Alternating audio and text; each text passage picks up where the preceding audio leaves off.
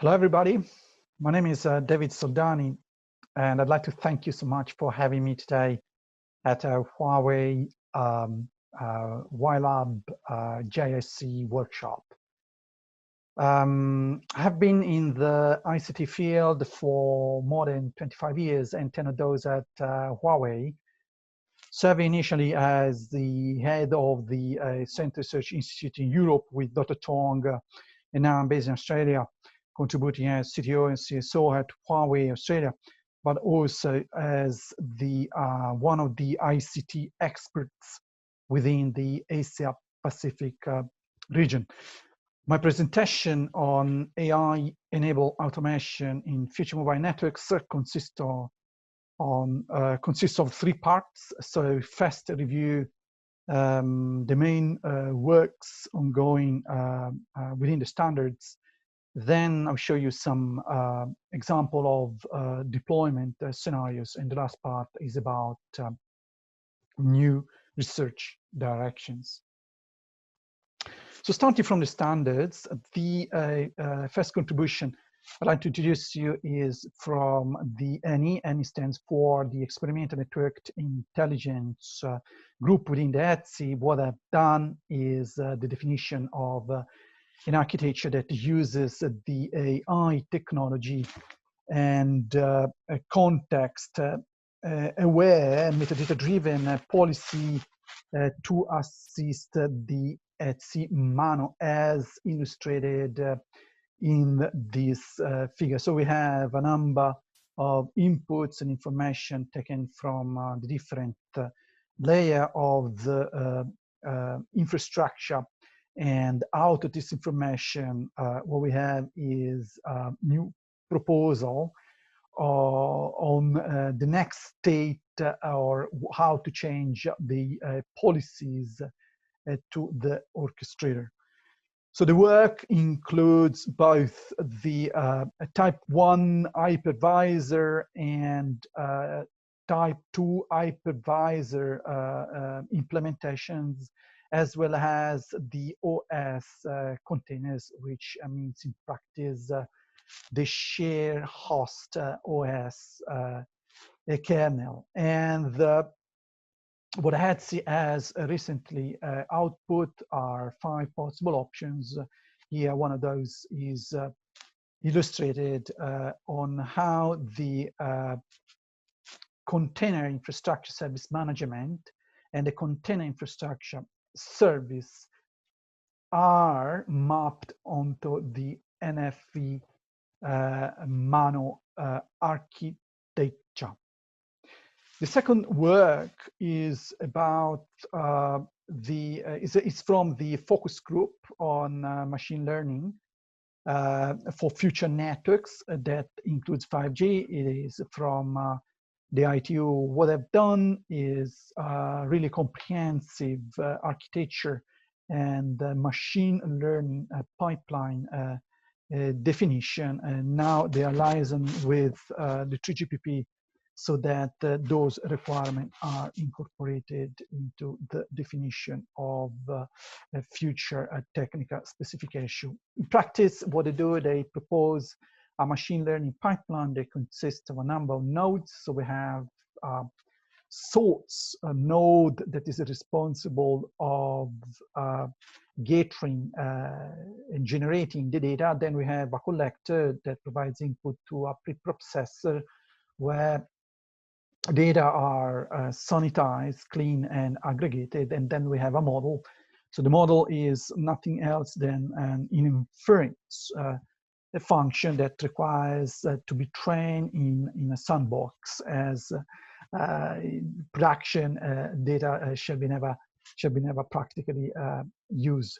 Then we have a policy node that for control mechanisms, so that the impact to the live network can minimize. We then have a distributor and a sync function, which is the target node of the machine learning output on which the actions are taking place.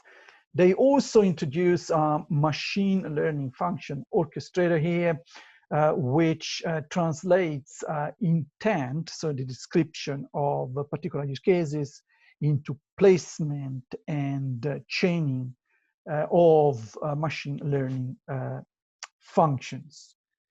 It's based on a closed loop, and the measurements are practically used for the model selection. So the figure illustrates here the deployment on an end-to-end 5G system of 2 machine learning pipelines, and the target is to improve the quality of service end-to-end based on latency measurements within the radio access network, as well as latency extracted from tolerant applications residing within the application functions.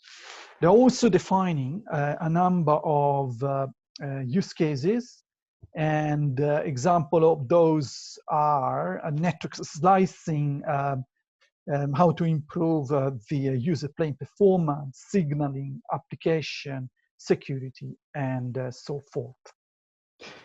3GPP also in release 15 introduces an important data analytics function denoted as network data analytics function, and currently specified only for the core network. So it's a function basically that receive and extract data from the control plane network functions. There is also now an attempt to expand and introduce this functionality across the whole network, especially the radio access network. They define a number of use cases. Here I've listed some of them, and they range from load level and load analytics predictions down to how this function can be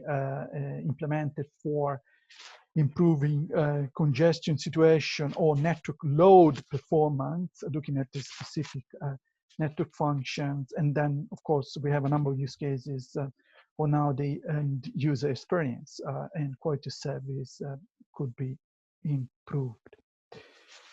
Also, we have a lot of work done by the Oran Alliance, and I'd like to mention here because what they've done is they have introduced, looking at the RAN, radio access network itself, a number of many more interfaces compared to the open RANs currently specified in 3GPP. And here you have a list of the new interfaces, but in particular, what is relevant today is the introduction of 2 particular functions. So the non-real-time RAN intelligent controller and the near real-time intelligent controller placed in the control plane of the central unit and on the management plane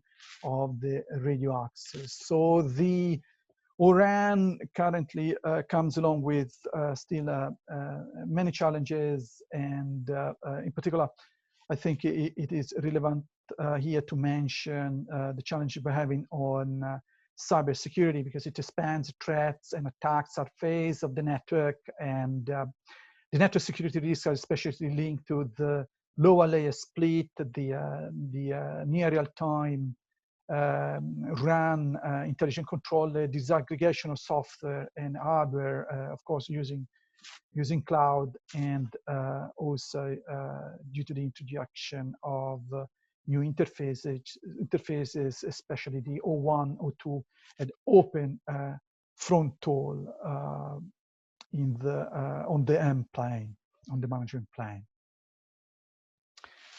An interesting work has been recently published in the IEEE Communication magazine. It was a part of one of my special issues, which I thought here to mention, because what the target here, what they propose here, it is an end-to-end framework with standard functions from 3GPP, ETSI, and Oran, and the new AI-based algorithm, as illustrated in this figure. So basically, what they do, they propose this architecture and the new algorithm so that they can use all the current defined functions, which are basically two of them from the 3GPP, and that's about the management data analytic functions that collects data at the network function level and network slicing level, and the network data analytic function, which practically it is a function, as I've explained earlier, of the control plane, the core network. And they're also making use of the radio network information base and run intelligent controller defined by the Oran Alliance. So here you see the architecture in high level and the new algorithm they introduce for long-term, mid-term, and short-term forecasts. And in particular, what they target here is to extract inputs from the already well-defined functionality within the management and orchestration domain and control plane by the 3GPP and Oran Alliance, and the output and then passed to the corresponding engines so that the virtual network function can be optimally placed, as well as resource appropriately scaled, and the PCF policy improved, as well as the algorithm performance. Algorithm meaning the radio resource management algorithm can be accordingly updated to maximize the radio interface performance. So here you have how the algorithm has been structured. We have an encoder and 3 decoders depending on the particular prediction function that has to be, that provides them inputs to the corresponding engines. It is based on the fact that they are considering the subsequent snapshots as of key performance indicator as maps, so they can use convolutional neural network for analyze the data and then pass them to other type of neural network for making the corresponding prediction. Huawei has done a lot of work on AI, and since 2018, Huawei has in place full stack AI strategy that addresses all possible scenarios. Today, already all products are available. So full stack means that it's already available at the chipset. So Ascend 310, Ascend 910 is already available for all products from wireless, from the access component to the optical router switching core and server. And on top of that, we have the chip enablement platform, so the computer architecture for neural network where on any kind of framework may run. So may have traditional frameworks such as TensorFlow, PyTorch, or even we may think of using a MindSport, that is the Huawei framework where our algorithm can be defined and trained. So for the training in particular, Huawei has created a marketplace denoted as Modelart.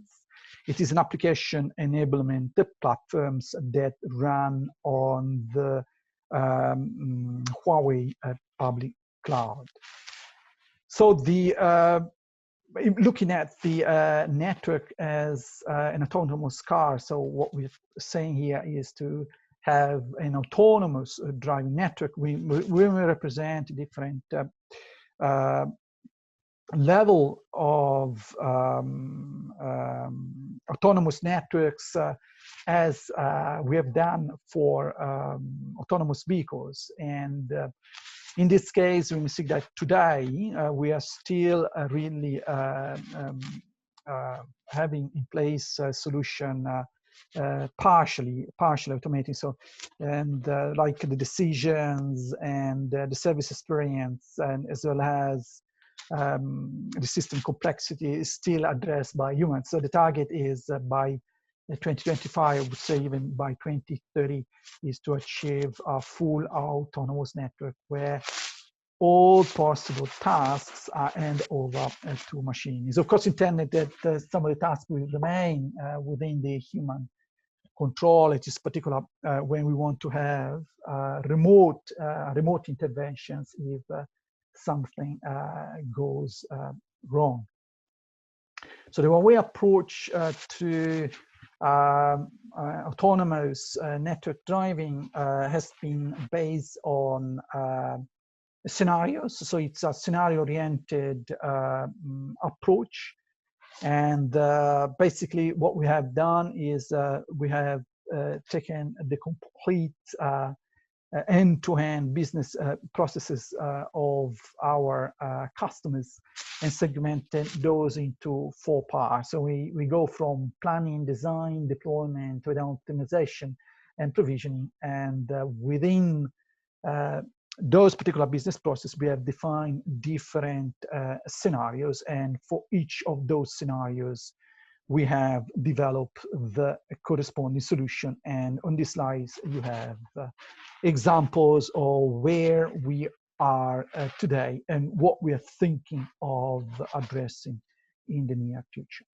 Now, looking at the specific use cases, I'd like to introduce to you some of the results we have attained in the field using 5G, but also LTE systems. So the first is on network planning. And for network planning now, we do have an extensive approach for intelligence, traffic predictions, and the predictions are possible in a short time, as well as in considering much longer period, up to say 12 months of history data. So the approach, what I've seen and also contributed, has been based on LSTM, so recurrent neural networks, and I say that it works very well. So we use the first part of the data to train the model, and then we leave a buffer to validate the model itself before it is then introduced and for real prediction of using fresh data received from the network. Then the other application is on network deployment, and we have already a number of solutions. For example, for reducing the number of parameters that needs to be optimized to plug and play type of solutions, not only thinking of hardware, but also software. And then, of course, the ultimate goal for us would be to achieve a zero interventions with seamless integrations of with the network management system. Another area of application I think extremely important is on troubleshooting. This is the case of the minimization of the mean time to solve a particular fault. So what our solution does, first using AI, is to reduce the number of alarms. That in this case, alarms have been reduced to a factor 100. Then the solution in the algorithm, what it does, finds the root alarm based on a priority and random forest algorithm. And once the root alarm has been identified, we can easily solve all the problem using a hierarchical type of approach. And then about the performance optimization, I'd like to illustrate you the case of Massimino. So Massimino here, we have a solution that improves three key parameters, and that is about the azimuth, the width, and the transmission power. And our algorithm shows, or the experimental results show that the efficiency was improved of a factor 10, and the downlink average user throughput improvement was of 2 digits. Then on network provisioning, I think the main application has been on energy saving. And our strategy was to follow the 0-bit, 0-watt approach. That means wherever we don't have traffic in place, we should not have power dissipation. So that algorithm was applied and to 4G systems. And as you can see on this figure, what we have done is to divert the traffic to other nodes with an already ongoing communications, and then we managed to shut down transmissions where basically there is no traffic. So if that is basically what is available today, looking at the 2025 and beyond, we have four main high-level targets for our mobile communication system. And the first one is to achieve super connectivity. It is a super connectivity that you can see here, or what it means in practice in terms of bit rates within the access network aggregation and backbone network. We need to have a system which meets the requirements of adaptive elasticity, and here I'm thinking of an end-to-end network slicing concept, meeting different type of SLA requirements, especially for vertical sectors. We need to have a convergent system that's basically is already achieved with the introduction of the 5GC, but I think extremely important is to have intelligence synergies across all network domains. As you can see on this figure, the artificial intelligence is expected to be applied across all network vertically and horizontally, considering the different type of protocol stacks.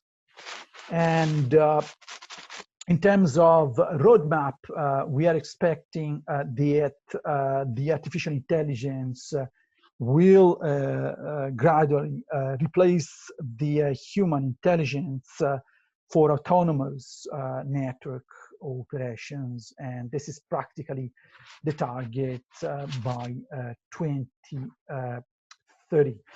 As you can see already today, that the traditional OEM approaches have reached a ceiling, and now basically automatic system intelligence is expected to grow and really help us finally to achieve an autonomous network with extremely limited human intervention.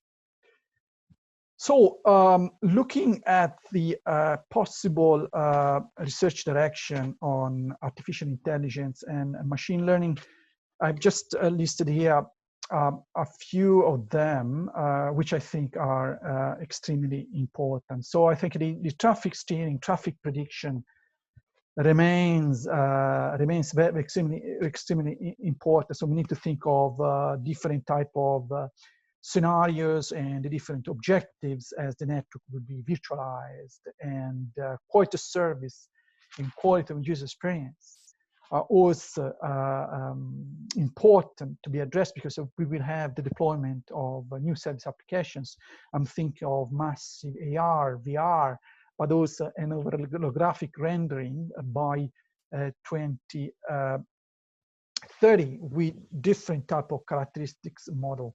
And a lot of research has to be done in this area as well. Then we have massive MIMO that will evolve. So as you know, it's going to be announced in release 16 and 17. So we will have different distributed panel systems, coordinated actions, and many important problems, cell-centric quality service, quality user experience in multi-cell example of those. Slicing optimization, so that make it simple and ensure that the service level agreement and corresponding requirements are met, especially in the radio access network.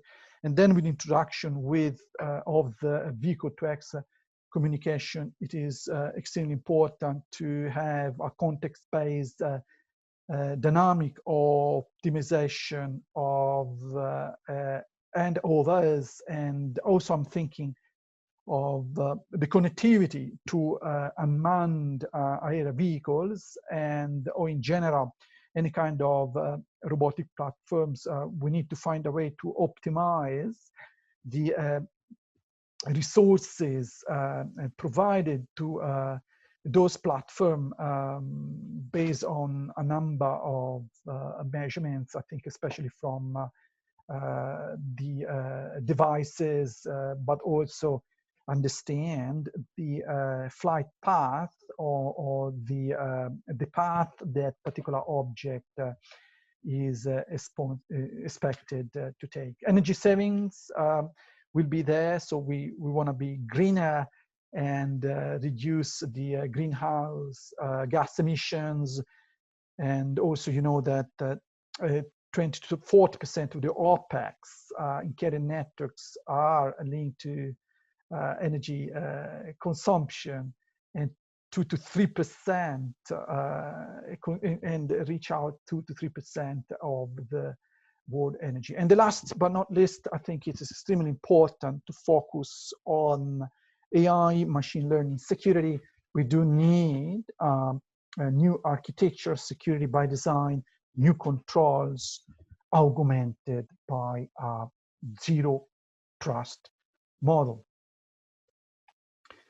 So with this, I'd like to end my presentation. I hope it will inspire you and help you define and position your new research direction.